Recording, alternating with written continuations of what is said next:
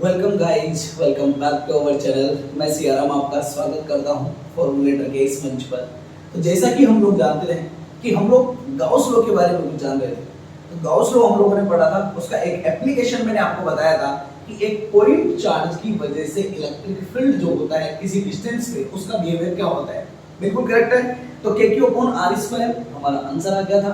अब हम पढ़ते हैं उसके कुछ और एडिशनल यूज। ओके, देखते हुए चलो समझना। तो अगला है electric field due to a line charge. Okay, एक लीनियर चार्ज या एक लाइन चार्ज की वजह से आपका इलेक्ट्रिक फील्ड कैसा होगा, अगर मुझे ये फाइंड आउट करना हो तो किस तरीके से फाइंड करूंगा। देखो, मैंने बोला सपोज दैट मेरे पास एक वायर है, ठीक है। सपोज दैट मेरे पास एक वायर है और इस पूरे के पूरे वायर पे यूनिफॉर्म तरीके से मान लो ये क्या फैला हुआ है, चार्ज फैला हुआ है, ठीक है। ये पॉजिटिव पॉजिटिव बड़ा छोटा छोटा लगा रहा हूं मैं, ठीक है ना। इस पूरे के पूरे वायर के दोनों तरफ, इस तरफ क्या है, ऐसे चारों तरफ इस पे क्या है, यूनिफॉर्म तरीके से चार्ज फैला हुआ है। ऐसा समझ लो ये पेन है ना, और इस पेन के ऊपर मैंने चार्ज को डाल दिया है। अब ये पेन चार्ज है, अब चार्ज है तो मतलब इसके ऊपर आवरेज आ रखा है चारों तरफ, तो पूरे पेन पे फैलेगा। भाई मान लो लोहे की रड है, अब लोहे की रोड के ऊपर अगर आप चार्ज डाल दोगे तो पूरी की पूरी रोड पे फैलेगा, नहीं फैलेगा। बिल्कुल सही है ना। तो ये आपका एक लीनियर, आपका क्या है, एक लीनियर वायर है और उस वायर के ऊपर क्या है, चार्ज है। अब देखो, थोड़ा सा चार्ज यहाँ फैल रहा है, थोड़ा सा यहाँ फैल रहा है, थोड़ा सा यहाँ फैल रहा है, थोड़ा सा यहाँ फैल रहा है। अगर मैं टोटल चार्ज देखूं तो मैं क्या बोलूं कि अगर मैंने इसका एक छोटा सा टुकड़ा ले लिया तो उस टुकड़े को यहाँ से लेके यहाँ तक अगर मैं सबका चार्ज ऐड कर दूं तो क्या टोटल चार्ज आ जाएगा या नहीं आ जाएगा? बिल्कुल आ जाएगा। सही है। तो कभी भी जब ऐसे आपका लीनियर दिया हुआ होगा तो वहां पे आपकी दी जाएगी लीनियर चार्ज डेंसिटी। क्या दी जाएगी? Linear charge density. मान लो इसकी लीनियर चार्ज डेंसिटी है लैम्डा, ठीक है ना, लैम्डा। इसका क्या मतलब है? इसका मतलब है डेंसिटी का क्या मतलब होता है, और लंबाई के हिसाब से है तो पर यूनिट लंबाई पे कितना चार्ज है, दैट इज योर डेंसिटी। और कौन सी है? लीनियर है, तो इसलिए मैंने नीचे किसको लिया है, लेंथ को दिया है। अगर एरिया वाली डेंसिटी देखूंगा तो नीचे किसको लूंगा, एरिया को देखूंगा। वॉल्यूम डेंसिटी की बात करूंगा तो नीचे किसको लूंगा, वॉल्यूम को लूंगा। यहां मैं लीनियर डेंसिटी की बात कर रहा हूं, लेंथ की बात कर रहा हूं, इसलिए मैंने लिया है Q/L। अभी Q क्या है? Q है एक पर यूनिट चार्ज। एक छोटे से पे ये पूरा का पूरा जो चार्ज फैला हुआ है, टोटल चार्ज, अगर इसको डिवाइड बाय लंबाई मैंने कर दिया तो ये पर यूनिट चार्ज आपका आ गया, और उसी को हम क्या बोलते हैं, डेंसिटी बोलते हैं। ये छोटी सी लंबाई के ऊपर कितना चार्ज फैला हुआ है, दैट इज माय डेंसिटी। आगे चले, अब सुनो जरा ध्यान से। मान लो इस वायर से किसी पर्टिकुलर डिस्टेंस में मुझे क्या चाहिए था, इलेक्ट्रिक फील्ड चाहिए था। मुझे जानना है कि यहां से किसी डिस्टेंस पे इलेक्ट्रिक फील्ड कितना होगा। भाई क्या करना चाहिए, गाउस का लॉ लगाना चाहिए। अब गाउस भाई साहब ने क्या बोला था, गाउस ने ये बोला था कि अगर आपको किसी भी पॉइंट पे कहीं भी इलेक्ट्रिक फील्ड चाहिए तो सबसे पहला आपको काम करना है कि आपको गाउसियन सरफेस बनानी है। क्या बनाना है? Gaussian surface. और गाउसियन सरफेस क्या होती है कि वो पूरे के पूरे चार्ज को क्या करती हो, एनक्लोज करती हो। क्या करती हो? एनक्लोज करती हो। अब देखो, जैसे एक पॉइंट चार्ज था तो उसको एनक्लोज करने वाला कौन हो गया था, एक स्फीयर हो गया था। अब मान लो ये आपका मार्कर है, अब इस मार्कर के ऊपर पूरे के ऊपर चार्ज फैला हुआ है, सही है। तो इसको क्या एनक्लोज कर सकता है, जो भाई इसके चारों तरफ आ जाए, जो क्या जाए, इसके चारों तरफ आ जाए, वही वाला सरफेस इसको क्या कर सकता है, एनक्लोज कर सकता है। अब बताओ, इतनी लंबाई का और इसके चारों तरफ इस तरीके से मान लो मार्कर है, इसको चारों तरफ ऐसे घुमा दो, सही है, हो जाएगा एनक्लोज। बिल्कुल। क्या बनाएगा वो, क्या वो एक सिलेंडर बनाएगा इसके चारों तरफ यूं घूम के, इतनी लंबाई का क्या बनेगा, एक सिलेंडर बनेगा। क्या एक वायर को एक सिलेंडर से ही एनक्लोज किया जा सकता है? बिल्कुल सही बात है सर। अब मान लो यहां से ये डिस्टेंस कितनी है, मान लो मुझे एक r डिस्टेंस के ऊपर क्या चाहिए, ये पॉइंट P है और इस पॉइंट पे मुझे चाहिए इलेक्ट्रिक फील्ड। क्या करूंगा, इस डिस्टेंस पे होते हुए, इस डिस्टेंस पे होते हुए ये लो, मैं क्या करूंगा, एक क्या बनाऊंगा, सिलेंडर बनाऊंगा। क्या यही सिलेंडर होगा जो इसे क्या कर पाएगा, एनक्लोज कर पाएगा? परफेक्ट है ना? देखो ध्यान से समझोगे तो मजा आएगा। देखो बन गया एक सिलेंडर, बन गया। अब ध्यान से समझना है, इंटरेस्टिंग लगेगा। अब मान लो इस सिलेंडर की वजह से ये गॉसियन सरफेस बन गया। अब इस पॉइंट चार्ज की वजह से किसी पॉइंट पी पे या एक डिस्टेंस पे मैं क्या देखना चाहता हूं, इलेक्ट्रिक फील्ड देखना चाहता हूं। और हम अच्छे से जानते हैं, गॉसियन ने बोला था कि अगर आपको इलेक्ट्रिक फील्ड देखना है तो आपको सिर्फ और सिर्फ ये देखना है कि इसके अंदर आने वाले चार्ज की वजह से कितना फ्लक्स आ रहा है। अगर आप फ्लक्स को निकाल पाए तो आप इलेक्ट्रिक फील्ड को निकाल जाओगे। परफेक्ट है ना? अब फ्लक्स क्या होता है सर? फ्लक्स होता है कि आपका क्लोज सरफेस से पास होने वाला इलेक्ट्रिक फील्ड, यही होता है ना। अब ध्यान से देखना, यहां पे 3 क्लोज सरफेस है। एक ये है पहला वाला, दूसरा ये वाला जो चारों तरफ ऐसे फैला हुआ है। भाई अगर आप जैसे पेन है, सिलेंडर है, ठीक है ना, तो एक तो इसका सरफेस ये वाला हो गया, हुआ। यहाँ पे भी तो देखो, ये भी तो सर्कल है, ये भी तो क्लोज है नहीं है। यहाँ पे भी तो देखो, ये भी तो क्लोज है या नहीं है? बिल्कुल सही है ना। तो एक तो सरफेस हो गया ये वाला, एक ये ऊपर वाला, एक नीचे वाला, 3 हो गए। तो एक हो गया ये वाला, एक हो गया ये वाला सेकंड, और एक हो गया ये वाला थर्ड। हुआ या नहीं हुआ? परफेक्ट है ना। अब देखो हम क्या जानते हैं कि एक जो चार्ज होता है वो अपने से चारों तरफ, ऐसे समझ लो कि एक जैसे ट्यूबलाइट है आपकी, है ना, ट्यूबलाइट एक रोड होती है। अब ऐसा ही समझ लो कि वो एक लीनियर चार्ज डेंसिटी है, ट्यूबलाइट है। अब ट्यूबलाइट को जब आप जलाते हो तो क्या होता है, इसके चारों तरफ यूं बिजली फैलती है, यहां से इधर निकलते हैं फोटोन के कण, निकलते हैं नहीं निकलते हैं? अब जब निकलते हैं जब तो सीधे सीधे ही निकलते हैं, वो तो दीवारों से टकरा के फैलते हैं फिर, सही है ना। जब निकलते हैं जब तो सीधे सीधे ही निकलते हैं। अब जब ये यहां पे होगा, अब यहां से जब इलेक्ट्रिक फील्ड लाइन निकलेगी, कैसे निकलेगी सर? यूं निकलेगी। बताओ ऐसे ही निकलेगी कि नहीं निकलेगी? सही बात है, यूं निकलेगी, यूं निकलेगी। बताओ कि इलेक्ट्रिक फील्ड की डायरेक्शन यूं होने वाली है? होने वाली है नहीं होने वाली है? अरे बिल्कुल परफेक्ट है ना, बिल्कुल सही है। अब एक बात बताओ, अगर मैंने बोला कि मेरा नेट फ्लक्स कितना होगा, तो मैं क्या बोलूं सर? मेरे पास 3 सरफेस है, पहली वाली सरफेस से निकलने वाला फ्लक्स प्लस दूसरी वाली सरफेस से निकलने वाला फ्लक्स प्लस तीसरी वाली सरफेस से निकलने वाला फ्लक्स। मैं तीनों सरफेसों से निकलने वाले फ्लक्स को ऐड करूंगा तभी जाके तो मुझे टोटल फ्लक्स मिलेगा। परफेक्ट है। अब देखो फ्लक्स का और सरफेस का क्या रिलेशन था?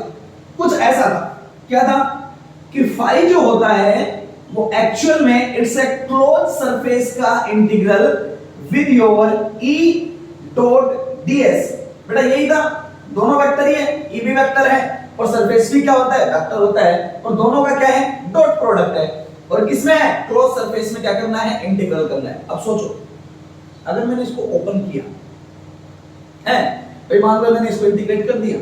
अब इंटीग्रेट करने के बाद मान लो एरिया आ गया। अब एरिया के बाद में जब मैं इसे ओपन करूंगा तो बीच में डॉट प्रोडक्ट है, तो अगर मैं मैग्नीट्यूड की बात करूंगा तो क्या मैं ये बोल सकता हूं कि it's E dot S dot cos of theta because it's a dot product. है या नहीं है? बिल्कुल है। अगर मान लो आपका थीटा कितना रहा, 0 रहा, तो फाई की वैल्यू कितनी रहेगी, E डॉट ds, ये वाली सीधी रहेगी। और ये कैसी है, मैक्सिमम है। क्यों? क्योंकि सर थीटा 0 पे cos की वैल्यू 1 होती है। लेकिन अगर मान लो बेटा थीटा कितना हो गया 90, तो फाई कितना होना है, 0 है। बताओ होना है कि नहीं होना है? होगा। परफेक्ट है ना। अब देखो जरा ध्यान से समझना, ये सिलेंडर है, ये पेन सिलेंडर है। अब इसके इस वाले सरफेस की अगर मैं डायरेक्शन देखूं तो किधर होगी बताओ सर? सरफेस की डायरेक्शन उसके परपेंडिकुलर होती है, तो इसकी डायरेक्शन इसके परपेंडिकुलर होगी। परफेक्ट है, बिल्कुल सही है। मतलब यहां से अगर इस सरफेस की डायरेक्शन देखो तो ds की डायरेक्शन ये इस तरीके से देगा, फाई 2 वाला है ना, तो ये ds2 वाला डायरेक्शन अपनी इस तरीके से देगा। अगर मैं इसकी बात करूं तो ये हो गया ये वाला, तो इसकी डायरेक्शन ये प्लेन सरफेस हो गया, इसके बाहर की तरफ होगी। तो ये नीचे यूं गोला है, तो इसकी डायरेक्शन रहेगी इधर ds1 की, और इस वाले की डायरेक्शन सर ऊपर की तरफ रहेगी, ठीक है ना, ds3 की। बताओ ऐसे ही रहेगी। अब बताओ अगर मैं यहां पे बात करूं, इलेक्ट्रिक फील्ड भी इधर, ds भी इधर। क्या दोनों सेम डायरेक्शन में है कि नहीं है? बिल्कुल सेम डायरेक्शन में है। तो मतलब इस वाले सरफेस 2 के लिए थीटा कितना है? 0 है। किस किस के बीच में? सरफेस की डायरेक्शन और इलेक्ट्रिक फील्ड की डायरेक्शन के बीच में एंगल कितना आ रहा है? 0 आ रहा है। लेकिन अगर मैं यहां बात करूं तो इलेक्ट्रिक फील्ड तो है क्यों और ds है क्यों, एंगल कितना हो गया? 90 डिग्री। मतलब यहां पे आपका थीटा कितना है 1 के लिए? 90 डिग्री। और यहां भी सेम कहानी है, यहां भी आपका थीटा कितना आ रहा है? 90 डिग्री। 3 के लिए भी थीटा कितना है? 90 डिग्री। अब बताओ, अगर थीटा ही 90 डिग्री हुआ, अगर सरफेस और इलेक्ट्रिक फील्ड के बीच में एंगल ही अगर 90 डिग्री हुआ, तो क्या इलेक्ट्रिक फील्ड लाइंस जो होगी उस सरफेस से पास हो पाएगी? क्या नहीं हो पाएगी। तो फ्लक्स कितना हो जाएगा? 0 हो जाएगा। मतलब φ1 कितना होगा? 0 होगा। φ3 कितना होगा? 0 होगा। बताओ कोई दिक्कत है? नहीं है ना। अरे बेटा सीधी सी बात है, इलेक्ट्रिक फील्ड लाइन जा रही है यूं, है ना, आपने सरफेस को रख दिया यूं, क्लोज सरफेस को रख दिया ऐसे। अब इधर से जाने वाली लाइन बताओ इस सरफेस में से कैसे निकलेगी? निकलेगी क्या? नहीं निकलेगी। तो देखो इलेक्ट्रिक फील्ड लाइंस की डायरेक्शन होगी ये वाली, और सरफेस ऐसे रखा है तो सरफेस के परपेंडिकुलर हो गया यूं, हो गया ना 90 डिग्री। बताओ ऐसे जाने वाली सरफेस में से कहां गुजरेगी? नहीं गुजरेगी। कब गुजरेगी? जब ये सरफेस यूं होगा। अगर ये यूं होगा तो इलेक्ट्रिक फील्ड लाइन जाएगी यूं, और इसके परपेंडिकुलर की डायरेक्शन हो जाएगी यूं। दोनों सेम डायरेक्शन में हुए तो मैक्सिमम इलेक्ट्रिक फील्ड आएगा कि नहीं आएगा? बिल्कुल सही है।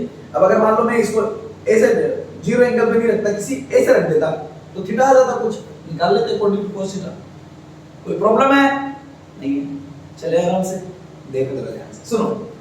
ये हो गया बेटा 0, ये भी हो गया 0। अब बचा मेरे पास φ2, यही मेरा नेट फ्लक्स दे रहा है। चलो क्या है φ2 का? Sir it's the integration of your E ds and close integral with your surface.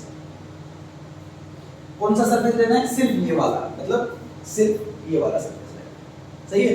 अब बताओ एक सिलेंडर जो होता है उसका ये वाला सरफेस कितना होता है? कितना होता है? 2 pi r into l। Surface क्या होता है? 2 पाई r l ही होता है ना। हैं? परफेक्ट है बिल्कुल। तो कितना होगा? तो सर ये हो गया phi of net equals to electric field, और चारों तरफ का सरफेस देखा तो वो हमें पता चला 2 पाई r और l। r क्या है? यहां से यहां तक की डिस्टेंस, मतलब इसकी रेडियस। l क्या है? यहां से लेके यहां तक की लंबाई। ये वाला है कि भाई लाइन चार्ज की लेंथ कितनी है। सही है। ओके, तो एक तो हमें ये मिल गया, इक्वेशन नंबर 1। दूसरा क्या होता है कि नेट फ्लक्स जो होता है, भाई गाउस ने क्या बोला था कि जो नेट फ्लक्स होता है वो आपके एनक्लोज्ड चार्ज के प्रोपोर्शनल होता है, यही बोला था। अब इसके अंदर चार्ज कितना है? सर यहां तो चार्ज नहीं, आपको चार्ज डेंसिटी मिलेगी। तो अगर Q निकालना है तो क्या करो? L को लाके मल्टीप्लाई कर दो। तो नेट चार्ज कितना हो गया? It's over lambda L divide by epsilon not. That's my equation number 2। अगर इसको और इसको मैंने बराबर किया तो क्या मिलेगा? That's your E vector 2 pi r l, that's your lambda L upon epsilon not. ये से ये गया 2 पाई r गया नीचे, क्या बनाएगा? It's lambda upon 2 pi epsilon not r। ठीक है ना। अगर ऊपर भी 2 रखो और नीचे भी 2 रखो तो नीचे 4 पाई एप्सिलॉन नॉट बन जाएगा। उसको क्या लिख सकते हैं? तो क्या मैं इसको 2k लैम्बडा अपॉन r भी लिख सकता हूं? ठीक, आपकी सुविधा के अनुसार आपको ये याद रखना है, ये याद रखो, ये याद रखना है, ये याद रखो। ठीक है। तो देखो एक पॉइंट चार्ज की वजह से electric field kq upon r square होता है। ये सारी चीजें आपको याद ही रखनी है। ठीक है ना। फार्मूले तो कम से कम याद रखना, kq अपॉन r स्क्वायर होता है। और एक लीनियर चार्ज की वजह से किसी डिस्टेंस r पे electric field 2k lambda upon r के बराबर होता है। परफेक्ट है ना। तो ये दोनों यूज आप लोगों को समझ में आए कि किसी भी तरह के सिस्टम के लिए हम इलेक्ट्रिक फील्ड को किस तरीके से कैलकुलेट करते हैं, by using Gauss law. Perfect है। आगे चले, चलो नेक्स्ट वाला चलते हैं। तो आपका 2 तरह का बिहेवियर हो चुका है, एक पॉइंट चार्ज की वजह से हो चुका है, एक लीनियर चार्ज की वजह से हो चुका है। सही है।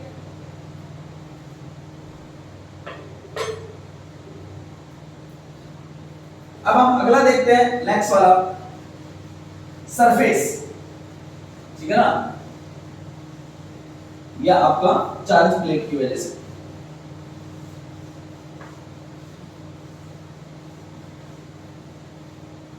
ओके, देखो अगला next, electric field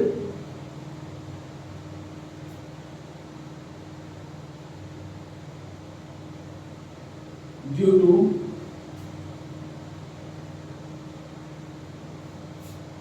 surface charge, okay, that having, और यहां लिख देता हूं मैं, जिसकी सरफेस चार्ज डेंसिटी जो है, सरफेस चार्ज डेंसिटी जो आपकी है वो सबको देते हैं आपकी सिग्मा, कितनी है सिग्मा, चलेगा। देख लो, जिसकी सरफेस चार्ज डेंसिटी आपकी कितनी है, मान लो सिग्मा चार्ज डेंसिटी का एक प्लेट है आपके पास में, मान लो मैं डायग्राम बना देता हूं अच्छे से देखो। मान लो ये एक प्लेट है, प्लेट यूं रखी हुई है, मान लो इलेक्ट्रिक फील्ड ऐसे है तो प्लेट यूं रखी हुई है, ऐसे को कैसे बनाऊंगा मैं ना, थोड़ा यूं बना देता हूं तो आपको थोड़ा समझ में आ जाएगा। मान लो इस तरीके से बना देता हूं, ओके, मतलब ये यूं रखी हुई दिखा रहा हूं मैं आपको बोर्ड के परपेंडिकुलर,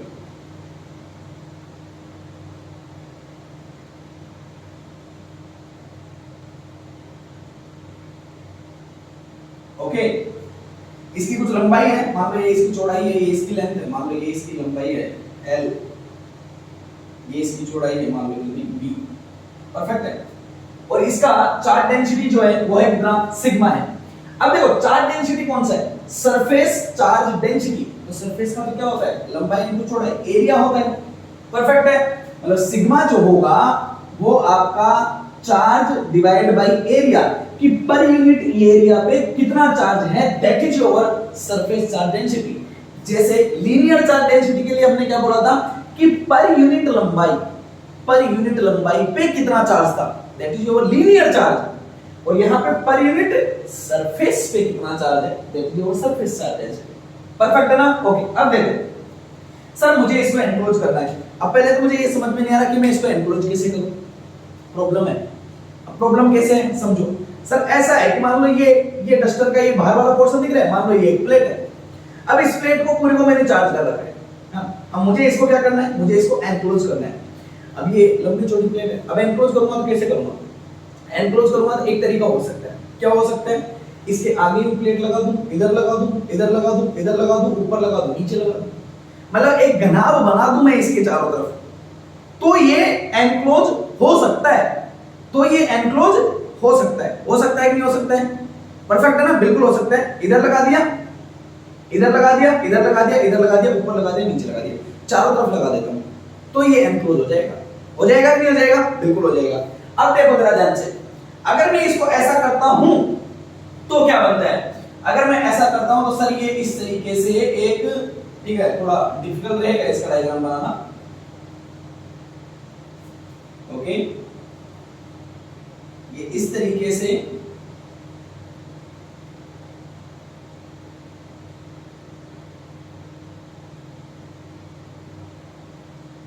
ठीक है,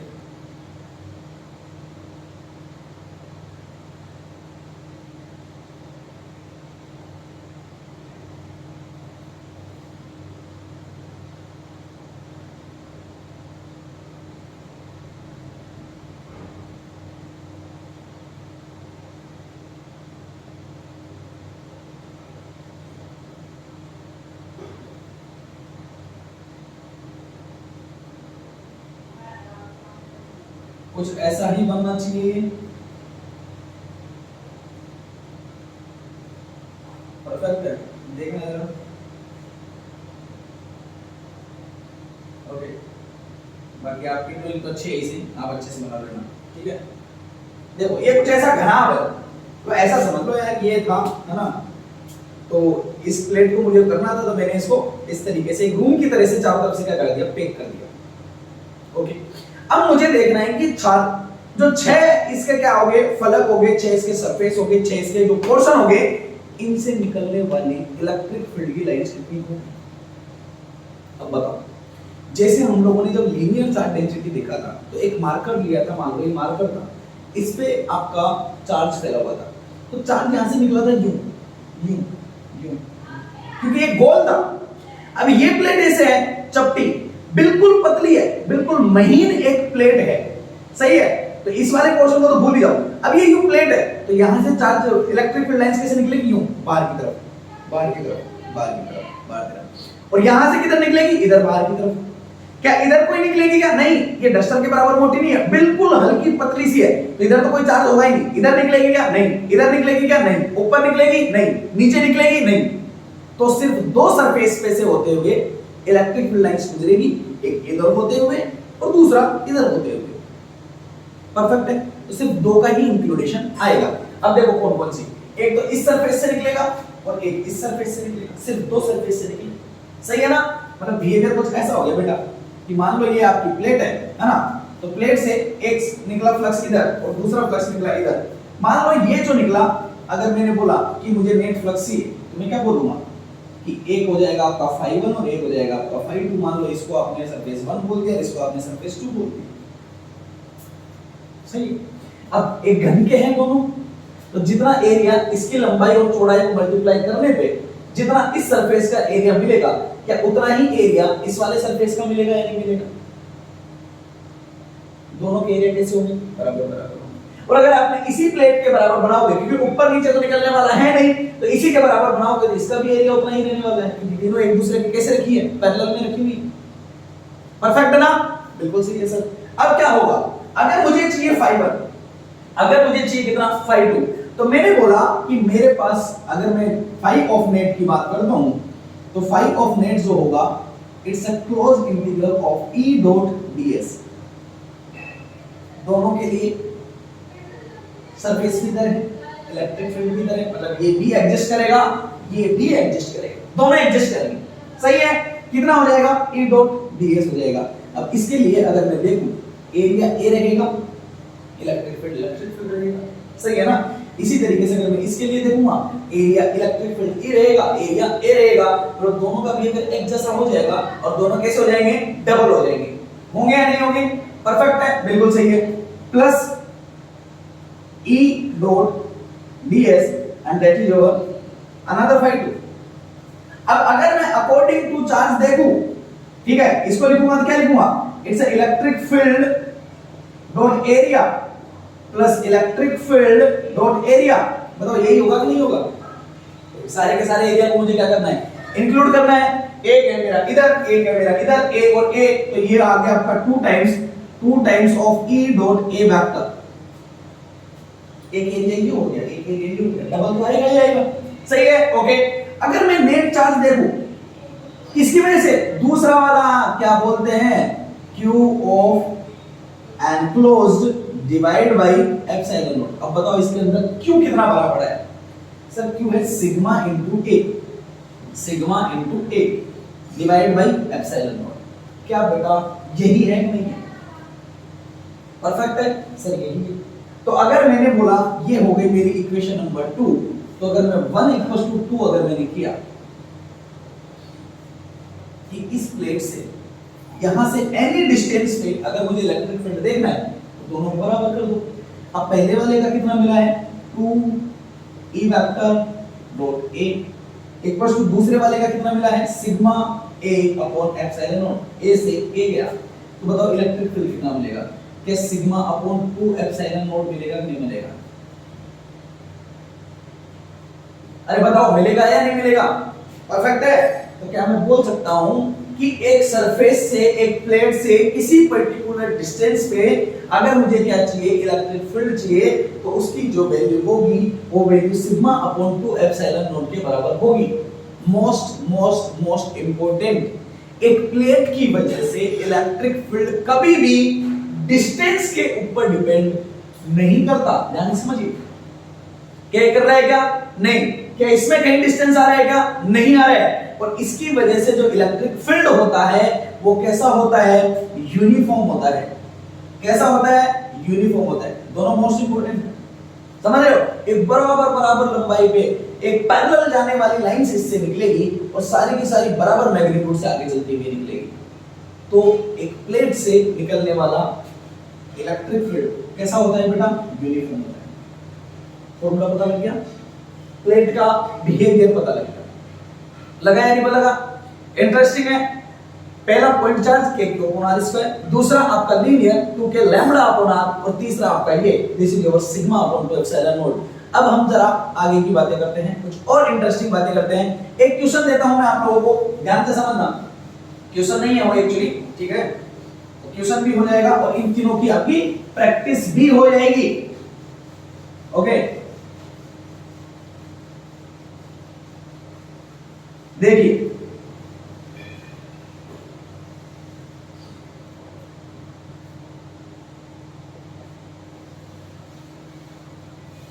क्वेश्चन है, find the electric field.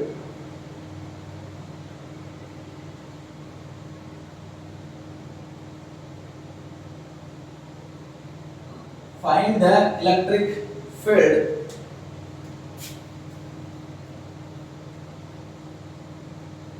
Okay, पहला 4a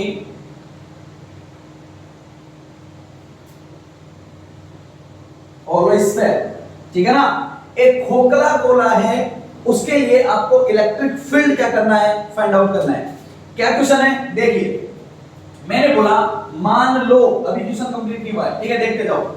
मैंने बोला कि मान लो आपके पास में कोई खोखला गोला है, कोई गोला है, ठीक है, ये बना मैं सर्कल रहा हूं, लेकिन फील आप गोले का लेना, ठीक है ना भाई, 3D का जमाना है, डायग्राम सारे 3D वाले चल रहे हैं। मान लो ये कोई खोखला गोला है, परफेक्ट है। अगर मान लो ये कोई खोखला गोला है और मैंने बोला कि खोखले गोले में इसको, ठीक है, थोड़ा परफेक्ट बना लेते हैं।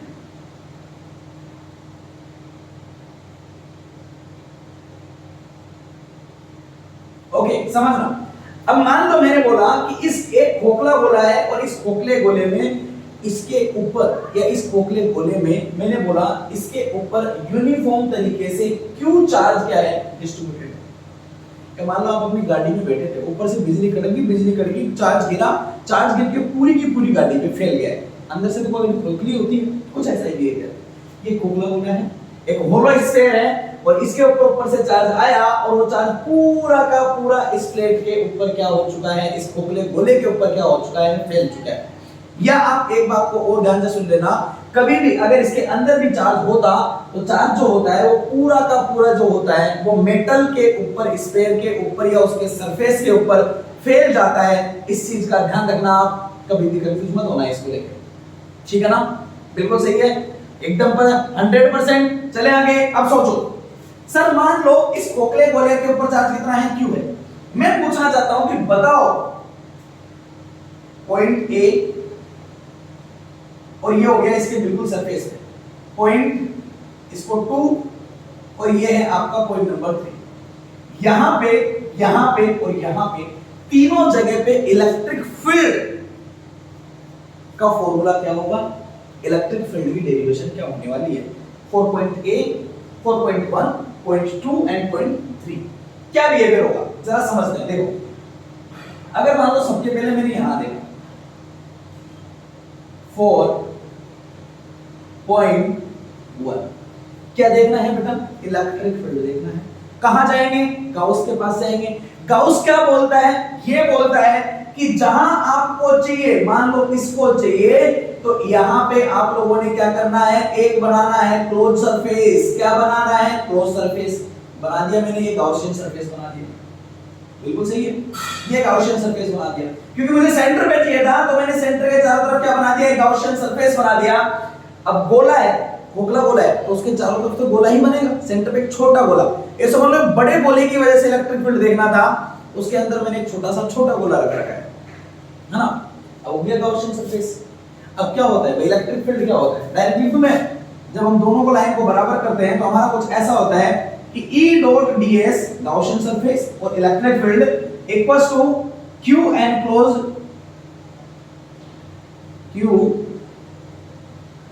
Enclose divide by epsilon naught. यही होता है, बिल्कुल यही होता है। क्या इस सरफेस के अंदर, क्या इस सरफेस, छोटे खोखले गोले के अंदर क्या कोई चार्ज है, क्या नहीं है। है क्या? नहीं है, क्योंकि सर चार्ज तो पूरा का पूरा ये आपके होले स्फीयर के ऊपर फैला हुआ है, तो क्या इसके अंदर कोई चार्ज है? नहीं है। मतलब यहाँ पे Q एनक्लोज्ड की वैल्यू कितनी है? 0 है। तो क्या मैं बोल सकता हूं कि इलेक्ट्रिक फील्ड 8.1 इक्वल्स टू 0। कितना होगा? 0। बताओ होगा या नहीं होगा? होगा। क्या समझ में मिला कि खोखले गोले की वजह से उसके अंदर इलेक्ट्रिक फील्ड नहीं होता है। यही रीजन होता है कि जब बिजली वगैरह कड़कती है तो हम ये बोलते हैं कि आप मकानों में रहने की बजाय अपने गाड़ी, आपकी जो 4 व्हीलर है उसके अंदर जाके बैठ जाओ, ताकि अगर बिजली कड़केगी आपका इलेक्ट्रिक फील्ड आएगा तो गाड़ी के सरफेस पे फैल के रह जाएगा, क्योंकि गाड़ी आपकी मेटालिक होती है, पूरा का पूरा सरफेस पे फैलेगा, लेकिन अंदर बैठे हुए इंसान के ऊपर कोई इफेक्ट नहीं दिखाएगा ड्यू टू दिस रीजन, क्योंकि उसके अंदर इलेक्ट्रिक फील्ड कितना हो जाता है? 0 हो जाता है। पूरा का पूरा कहां फैल जाता है? सरफेस पे फैल जाता है। ठीक है, बिल्कुल सही है, बिल्कुल सही है। अब अगर मान लो मैं बात करूं 4.2, इसकी 0.2 यहां पे है, तो इस पॉइंट से अगर मान लो मैंने गॉसियन सरफेस बनाया तो गॉसियन सरफेस पे खोखला गोला ही हो जाएगा। सही है भाई, इस पॉइंट 2 को एनक्लोज करते हुए अगर एक गॉसियन सरफेस बनाया या यहां पे एक गॉसियन सरफेस बनाया तो खोखला गोला ही हो गया। क्या खोखले गोले के पास चार्ज है क्या? बिल्कुल है। तो क्या इस पॉइंट 2 पे जब आप इसी को बनाओगे तो क्या इसने इस चार्ज को इंक्लूड कर लिया क्या? अरे अपने सरफेस पे ले लिया ना, ले लिया। तो यहां पे आपका Q एनक्लोज कितना हो जाएगा? मतलब कितना हो जाएगा? सर जो पूरा का पूरा चार्ज है Q के बराबर हो जाएगा। होगा ना? बिल्कुल होगा। तो इलेक्ट्रिक फील्ड कितना आ जाएगा? E dot ds close integral equals to Q upon epsilon naught, पूरा का पूरा चार्ज अपॉन एप्सिलॉन नॉट। अब बताओ ये क्या है? स्फीयर है। गॉसियन सरफेस में क्या होगा? स्फीयर होगा। और स्फीयर का एरिया, सरफेस एरिया कितना होता है? 4 पाई r स्क्वायर। यही होता है। परफेक्ट है, यही होता है। तो ये कितना हो जाएगा? देखो जरा, it's E dot 4 pi r square Q upon epsilon not. और ये एक्चुअल में कितना आ जाएगा? ये आ जाएगा E vector equals to KQ upon r square. आएगा या नहीं आएगा बताओ? और आना भी चाहिए, क्योंकि एक स्फीयर जो है वो भी अगर आप दूर से देखोगे तो आपको कैसा दिखेगा? एक पॉइंट चार्ज की तरह दिखेगा। तो कुछ ऐसा ही होना चाहिए। परफेक्ट है, बिल्कुल सही है ना? बिल्कुल सही है। अब देखो, अगर मुझे यहां पे पॉइंट 3 पे देखना होता तो मैं पॉइंट 3 पे भी क्या करता? फिर से एक गॉसियन सरफेस होता और उस गॉसियन सरफेस के लिए फिर से यहां से मैं इलेक्ट्रिक फील्ड देखता, तो क्या होता? देखो जरा, अगर मैं बात करता कहां पे? 8.3। तो सबसे पहले तो ये बताओ कि इस पॉइंट 3 पे अगर मैंने एक अलग से स्फीयर बनाया जो कि गॉसियन सरफेस है, तो बताओ ये पूरा का पूरा सरफेस कितने चार्ज को एनक्लोज करेगा? सब चार्ज यहीं तक है। अब इसके बाद आप यहां पर गोला बनाओ या यहां होते हुए गोला बनाओ, यहां होते हुए बनाओ, चाहे यहां होते हुए बनाओ, क्योंकि इसके बाद आगे तो चार्ज है ही नहीं। तो यहां से बनेगा, यहां से, यहां से, यहां से, जहां से भी बनाओगे चार्ज तो सिर्फ यही है Q। ये पूरे के पूरे इस गोले को अंदर क्या करेगा? कवर करेगा। मतलब नेट एनक्लोज्ड जो चार्ज होगा, नेट एनक्लोज जो चार्ज होगा वो तो Q ही रहने वाला है सर।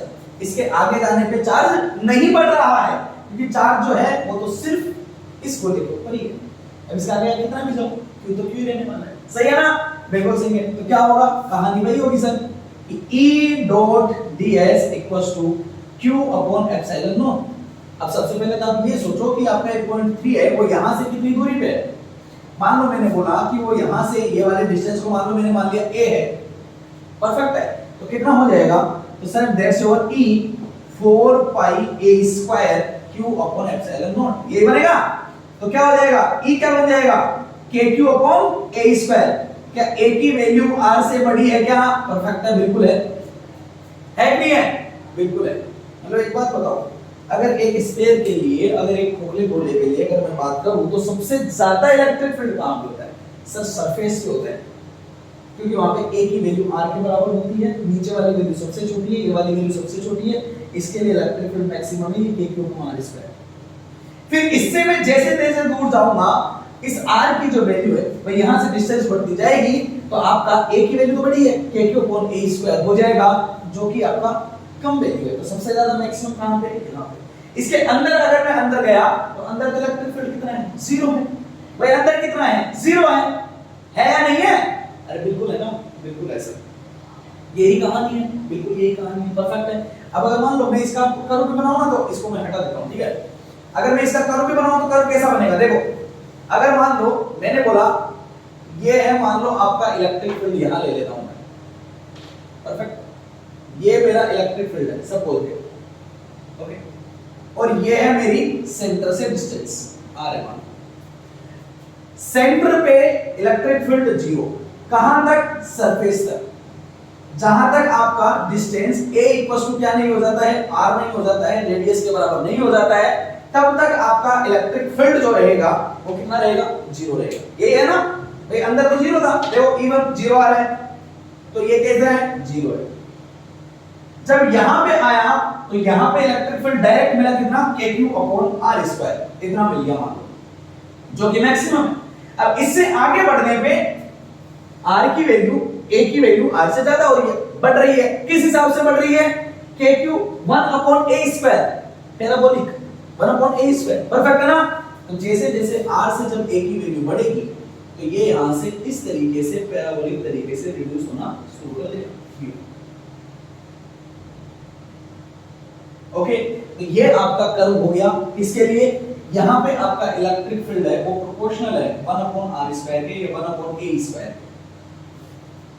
समझ गया?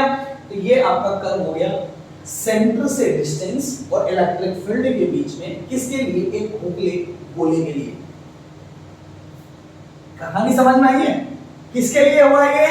एक खोखले गोले के लिए हुआ है। कहानी समझ में आई? खोखले गोले के अंदर इलेक्ट्रिक फील्ड जो होता है वो कितना होता है? 0 होता है। और इस तरह का इसका क्या होता है? बिहेवियर होता है।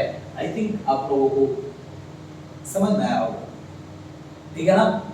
कोई प्रॉब्लम नहीं है, आगे चल सकते हैं हम, परफेक्ट है। चलो आगे चलते हैं, इसको हटा देता हूं, ठीक है। नेक्स्ट, गोला हो गया। अब गोले में लेकिन स्पेशल ले लिया हम लोगों ने, क्या? खोखला ले लिया। ओके सर, अगर मान लो गोला सॉलिड रहा तो फिर तो प्रॉब्लम है। अगर भाई गोला कैसा है? सॉलिड है, ठीक है ना। तो अगर सॉलिड है तो फिर क्या होगा? ओके, तो बी, नेक्स्ट वाला, और सॉलिड स्फीयर। देखो अगर ठोस है गोला तो कैसा होगा? सोचो, ये गोला है भाई, मान लो मेरे पास। अब जब बोलते हैं खोखला गोला था तो अंदर कुछ नहीं था, पूरा का पूरा कहां था? सरफेस के ऊपर था, सही है। अब मान लो गोले में आपने क्या भर दिया? मान लो पानी भर दिया। पानी भर दिया तो हो गया वो सॉलिड है, कुछ ना कुछ है उसके अंदर, बिल्कुल है सर, सॉलिड है गोला, ठीक है। ये खोखला गोला है, सॉरी सॉलिड गोला है, इसके अंदर भी कुछ ना कुछ भरा हुआ है, ठीक है। ड्राइंग मेरी निहायत ही खराब है।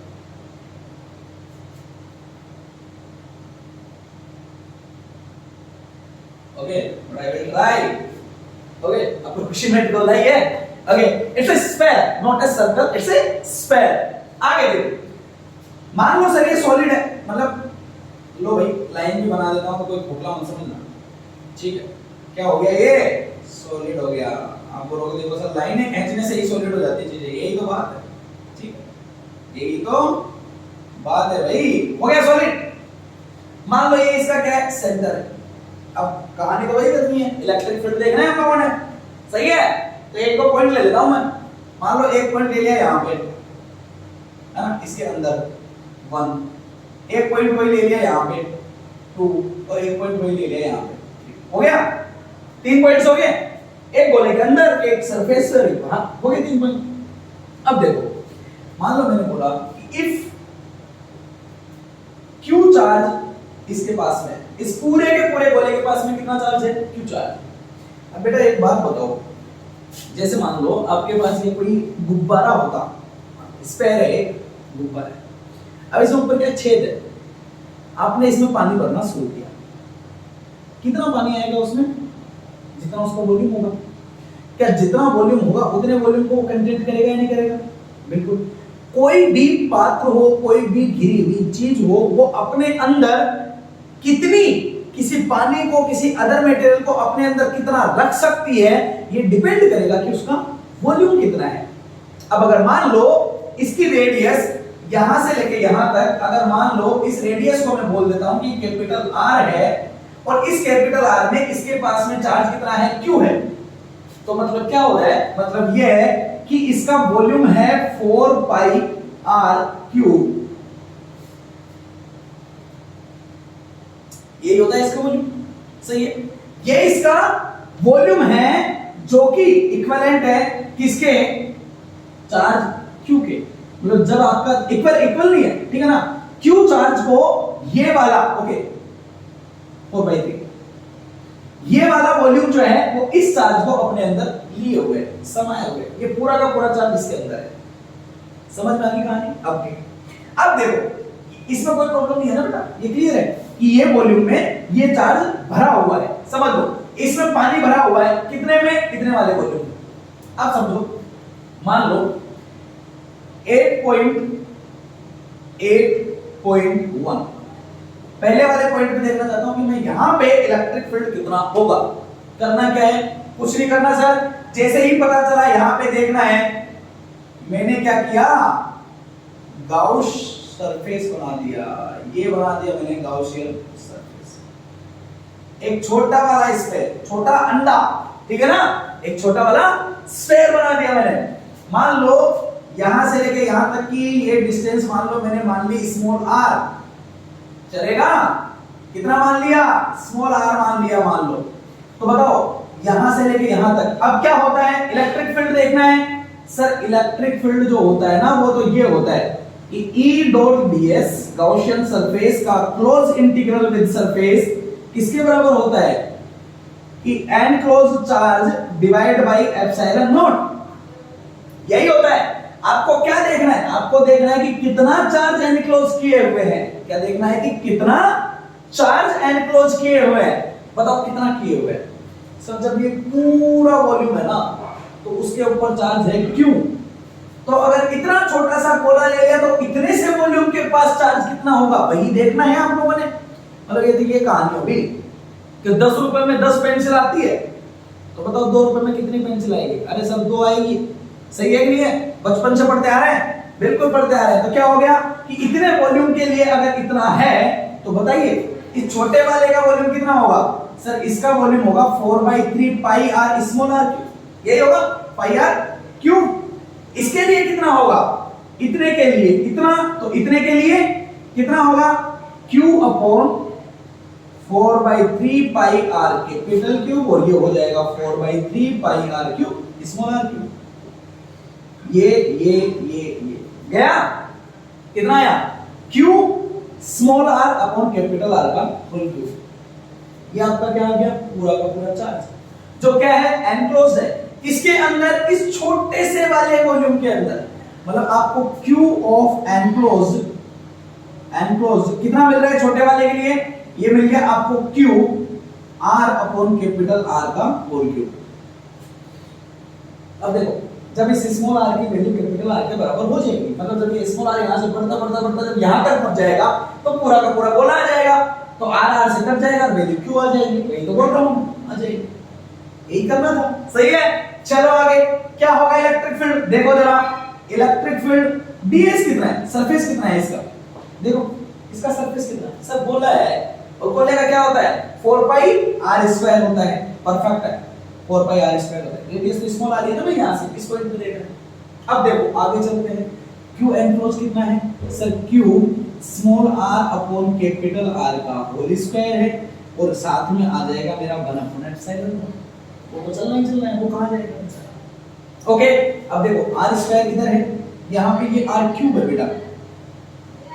ओके अब देखो r स्क्वायर यहां है, वहां r क्यूब है, तो एक तो कट ही जाएगा, क्या बचेगा, देखो इलेक्ट्रिक फील्ड यहां से गया नीचे, क्या बनेगा, q ऊपर बच जाएगा एक स्मॉल r, नीचे आ गया, ये हो गया आपका 4 पाई कैपिटल R का स्क्वायर, और नीचे बच गया epsilon not. 1/4 pi epsilon not को तो क्या लिख सकता हूं, परफेक्ट है, बिल्कुल लिख सकते हैं। तो इलेक्ट्रिक फील्ड कितना बनेगा, it's k q small r upon capital R का होल स्क्वायर। अब जरा ध्यान से समझने की कोशिश करना, देखो जैसे जैसे अगर मैं बात करूं तो इस पूरे के पास जो चार्ज है वो Q, वो तो कांस्टेंट है। एक बार आपने बोल दिया ना भाई इतना चार्ज इसमें भरा पड़ा है, Q कांस्टेंट है, K कांस्टेंट है। बड़ा वाला गोला है बन चुका है तो कैपिटल R कांस्टेंट है। यहां पे वेरिएबल सिर्फ एक इंसान है, वो है स्मॉल r, क्योंकि यही तो चेंज हो रहा है। अभी आप यहां पे हो, थोड़ी देर में यहां पहुंच जाओगे, फिर यहां पहुंचोगे, फिर यहां पहुंचोगे, तो r की वैल्यू क्या हो रही है? स्मॉल r की वैल्यू बार-बार चेंज हो रही है। और वेरिएबल एक इंसान है, यहां पे स्मॉल r, और इलेक्ट्रिक फील्ड जो आ रहा है ना वो स्मॉल r के कैसा आ रहा है? प्रोपोर्शनल आ रहा है। मतलब क्या हो रहा है? मतलब ये हो रहा है कि जैसे जैसे सेंटर से दूरी बढ़ती जा रही है इलेक्ट्रिक फील्ड बढ़ता हुआ जा रहा है। सर ऐसा क्यों हो रहा है? ऐसा तो नहीं होना चाहिए। हम जैसे जैसे दूर जाते हैं इलेक्ट्रिक फील्ड रिड्यूस होता है, यहां बढ़ क्यों रहा है? बेटा क्या हो रहा है? जैसे जैसे अंदर जाओगे ये छोटे वाले गोले का वॉल्यूम बढ़ता जाएगा, बढ़ता जाएगा, बढ़ता जाएगा, तो वो अपने अंदर ज्यादा चार्ज को एनक्लोज करता जाएगा, करता जाएगा, करता जाएगा, तो इसलिए इलेक्ट्रिक फील्ड बढ़ता जाएगा, बढ़ता जाएगा, बढ़ता जाएगा। अब देखो डिस्टेंस बढ़ रही है, ये बात सही है।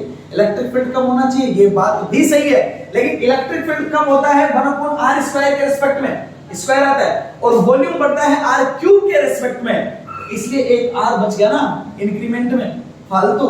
तो ई प्रोपोर्शनल क्या आ गया? r आ गया। मतलब जैसे जैसे मैं यहां से दूर जाऊंगा फॉर्मूला आपका ये, बिहेवियर आपका ये। क्लियर है? एकदम 100% क्लियर होना चाहिए। चले आगे। ओके, अगर मैं पॉइंट 2 की बात करूं तो पॉइंट 2 तो यही कहानी होगी कि यही बढ़ते बढ़ते बढ़ते बढ़ते यहां से यहां तक पहुंच गया, क्योंकि यहां तक तो बोला है इसी, सही है। तो पॉइंट 2 के लिए क्या हो गया? पॉइंट 2 के लिए तो ये हो गया कि सर अगर मैं बात करूं 8.2, तो आप ये बोल दो ना कि स्मॉल r आपका किसके बराबर हो गया? कैपिटल R के बराबर हो गया। यही हुआ, सही है। अब जब ये ऐसा हो गया, यहां से मुझे क्या दिखा? स्मॉल r को कैपिटल R के बराबर अगर मैंने रखा, ओके, तो इट्स कुछ गलती कर दी क्या मैंने? स्मॉल r³ ओके, ये r³ था, ठीक है ना? तभी मैं ओके, ये r³ है, प्रिंटिंग मिस्टेक। ओके, तो क्या होगा? स्मॉल r को मैंने कैपिटल R के बराबर रखा, तो इलेक्ट्रिक फील्ड कितना मिल जाएगा? It's K₂/r²। और ऐसा होना भी चाहिए। क्यों होना चाहिए भाई? जो इंसान यहां बैठा है उसको तो बाहर से गोला गोला दिख रहा है, अब वो अंदर खोखला है, अंदर भरा हुआ है, उससे उसे क्या फर्क पड़ रहा है? जब खोखला बोला था जब भी मैंने चार्ज क्यों ही लिया था, जब भरा हुआ है तब भी मैंने चार्ज क्यों लिया है। तो यहां बैठ के देखूंगा तो मुझे तो ये पॉइंट चार्ज दिखेगा, सही। अब सॉलिड हो या होलो हो, मेरे लिए तो K₂/r² ही बनना चाहिए, बनना चाहिए। अब अगर मान लो r की वैल्यू और ज्यादा बढ़ाई, अब अगर मैं यहां से भी आगे चला, तो मान लो यहां से आगे चलते चलते अगर मैं इस पॉइंट पे आ गया, तो जब मैं इस पॉइंट पे रहूंगा और मैं इस पे मान लो मैंने क्या बनाया? सरफेस बनाया, ये गाउसियन सरफेस बनाया पूरा का पूरा। तो मैंने पूछा कि बताओ एनक्लोज्ड चार्ज कितना होगा? अब सर यहां पे मैं चारों तरफ बनाऊंगा तो इसके अंदर गोला तो यही आएगा, और इस गोले के पास में चार्ज कितना है? Q है। तो क्या यहां से आगे जाने पे अब चार्ज की वैल्यू में कोई डिफरेंस आएगा क्या? नहीं आएगा, क्योंकि गोला यही खत्म हो चुका है, इससे आगे गोला नहीं है, तो चार्ज सिर्फ यहां तक है, इससे आगे चार्ज नहीं है। तो Q एनक्लोज कितना रहेगा? Q ही रहेगा। लेकिन यहां से आगे जाने पे क्या हो रहा है? डिस्टेंस बढ़ रही है, r की वैल्यू बढ़ रही है। तो जब आप यहां होगे और यहां से इसे देखोगे तो ये तो आपको पॉइंट चार्ज ही दिखेगा, जैसे खोखला गोला दिख रहा था, सही है। तो उसके लिए इलेक्ट्रिक फील्ड क्या होना चाहिए? डायरेक्ट लिख दूं मैं, क्या होना चाहिए? तो जब मैं बात करूंगा 8.3, ठीक है, तो सबसे पहले तो Q एनक्लोज कितना होगा? Q ही होने वाला है। तो इलेक्ट्रिक फील्ड कितना आएगा? सर K₂/r² ही तो बनेगा, ठीक है ना? अब यहां पे r की वैल्यू कैपिटल R से भी बड़ी है, r की वैल्यू तो बड़ी हो किससे? कैपिटल R से। यही होगा, परफेक्ट है, ऐसा ही बनेगा। ओके, तो बाहर से तो आपको एक भोला भोला की तरह दिखेगा, अंदर जाने पे कहानी में थोड़ा ट्विस्ट था, तो उसका बिहेवियर आपको कुछ ऐसा लगेगा। तो ये हो गया एक स्फीयर के खोखले होने का, सॉलिड होने का, दोनों टाइम पे इलेक्ट्रिक फील्ड का बिहेवियर कैसा होता है ये आपको पता लगा। अब देखो अगर मैं इसको विद डायग्राम बनाऊं, ये लीजिए, ये डिस्टेंस हो गया, ये इलेक्ट्रिक फील्ड हो गया, ये हो गया मान लो आपका कैपिटल R। तो जब R की वैल्यू छोटी है किससे? कैपिटल R से। पहले वाला पॉइंट क्या है? Electric field proportional to R, मतलब y इक्वल टू mx वाली इक्वेशन होगी तो y प्रोपोर्शनल टू x हो गया तो y इक्वल टू mx वाली बनेगी, मतलब स्ट्रेट लाइन कहां से कहां तक, r तक, कुछ ऐसा। यहां पे मैक्सिमम है, बिल्कुल है मैक्सिमम, ये रहा sir k cube upon r square. इससे जैसे ही आगे जाता हूं ये बन जाता है k cube 1 upon r square और e proportional to 1 upon r square, वही बन गया वापस से पैराबोला। ओके, तो यहां पे क्या है, ये है e प्रोपोर्शनल टू r का और ये है e proportional to 1 upon r square का। ये है एक सॉलिड कर्व के लिए इलेक्ट्रिक फील्ड, ओके, जिसमें यूनिफॉर्म तरीके से अंदर क्या था, चार्ज फैला हुआ था, उसके लिए हम लोगों ने इलेक्ट्रिक फील्ड देखा अंदर सरफेस पे और बाहर, तीनों जगह पे देखा। बिल्कुल परफेक्ट है, चलेगा, ओके, सही है ना। आगे चले थोड़ा सा, देखो जरा ध्यान से, अब देखो नेक्स्ट, सेम अगर मैं इलेक्ट्रिक फील्ड की बात करूं, ठीक है, देखना जरा ध्यान से, see, okay, find the electric field due to for a cylinder,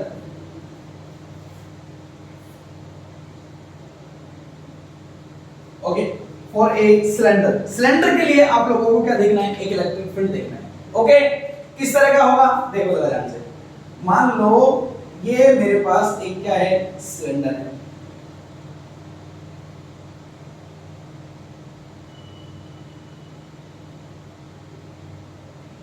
okay. आपको सिर्फ बिहेवियर समझना है कि किस तरीके से चार्ज जो होता है वो क्या होता है, चेंज होता है। सेम कहानी है वही वाली जो अभी अभी हम लोगों ने स्क्वायर में की थी, बस ऐसा ही है, ओके।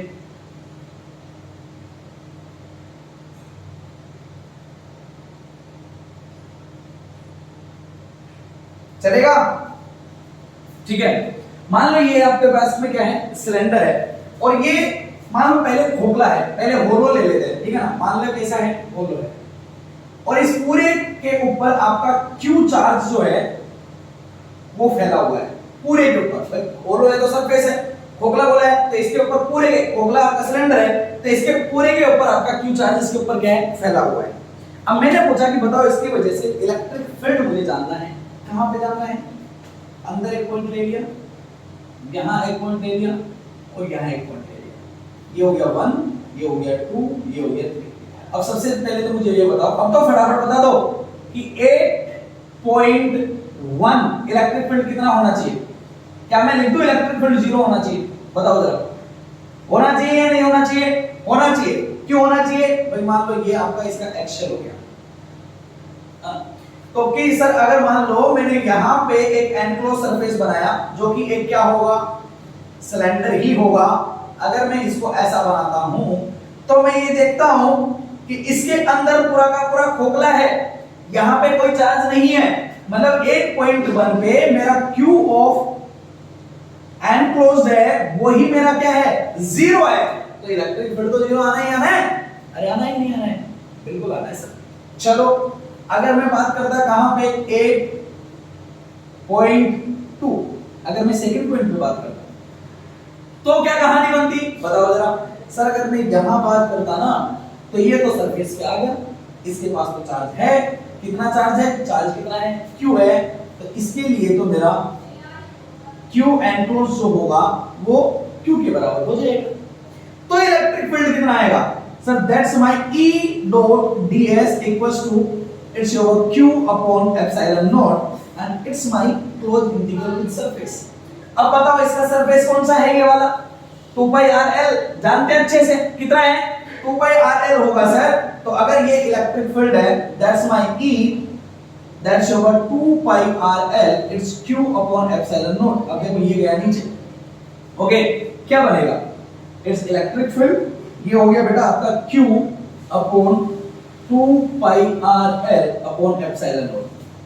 अगर वही कहानी आप लोगों ने की, अगर मान लो लीनियर चार्ज डेंसिटी को, अगर इसको आप लोगों ने क्या मान लिया, अगर इसको मैं आपने लैम्ब्डा के फॉर्म में अगर लिखा तो आप इसको वही कहानी लिख सकते हो जो हमारा इलेक्ट्रिक फील्ड आया था, क्योंकि लैम्ब्डा अपॉन आर के बराबर, सही है ना।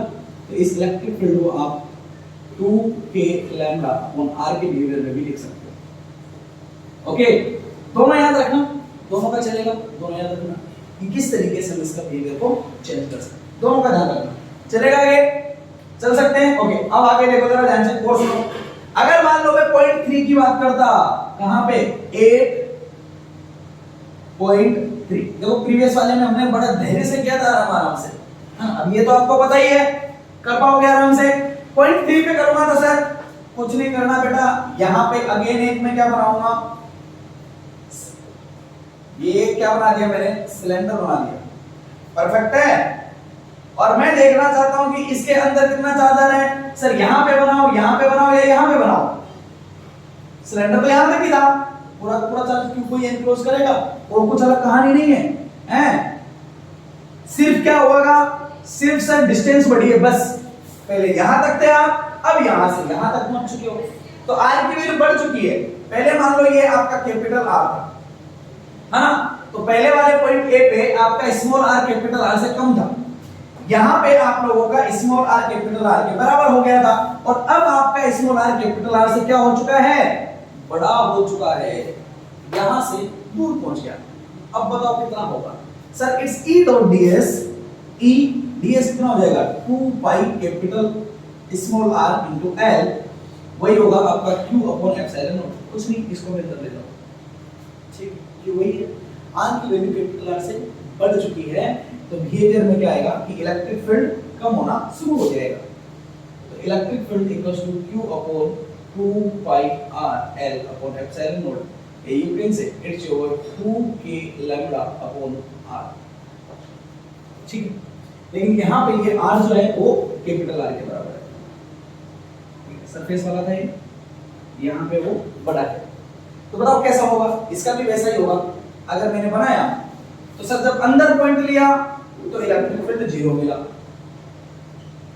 0, जब सरफेस पे पहुंचा r की वैल्यू जब कैपिटल R के बराबर हुई तो इलेक्ट्रिक फील्ड की वैल्यू क्या आई, जो कि मैक्सिमम है। इससे आगे गया तो इलेक्ट्रिक फील्ड रिड्यूस करना शुरू किया, अब ये किसी तरह से रिड्यूस करना शुरू किया, 1 अपॉन r स्क्वायर की वजह से, मतलब इलेक्ट्रिक फील्ड प्रोपोर्शनल टू होता है यहाँ पे 1 अपॉन r, ये है आपका r, यहाँ पे r greater than capital R और यहाँ पे r less than capital R, और ये क्या है आपका इलेक्ट्रिक फील्ड। कोई कंफ्यूजन नहीं है? ओके, अगर ये आपका सॉलिड होता तो बाहर की कहानी तो यही होती, पॉइंट 2 पे आपको यही मिलता, पॉइंट 3 पे आपको यही मिलता, अंदर भी आपको थोड़ा बहुत इलेक्ट्रिक फील्ड मिलता, और वो इलेक्ट्रिक फील्ड आपको कैसे निकालना है वो सॉलिड स्फीयर में मैं बता चुका हूं, तो आप होलो कंडक्टर का भी आप निकाल ही सकते हो, निकाल सकते हो ना, अरे कोई दिक्कत नहीं है। तो अगली क्लास में हम करेंगे इनके ऊपर क्वेश्चंस धमाकेदार कुछ अच्छे से, ठीक है ना, तो मजा आने वाला है, बिल्कुल मजा आने वाला है। चलें, शुक्रिया, सब बातें मिलते हैं अगली क्लास में, thank you very much, thank you.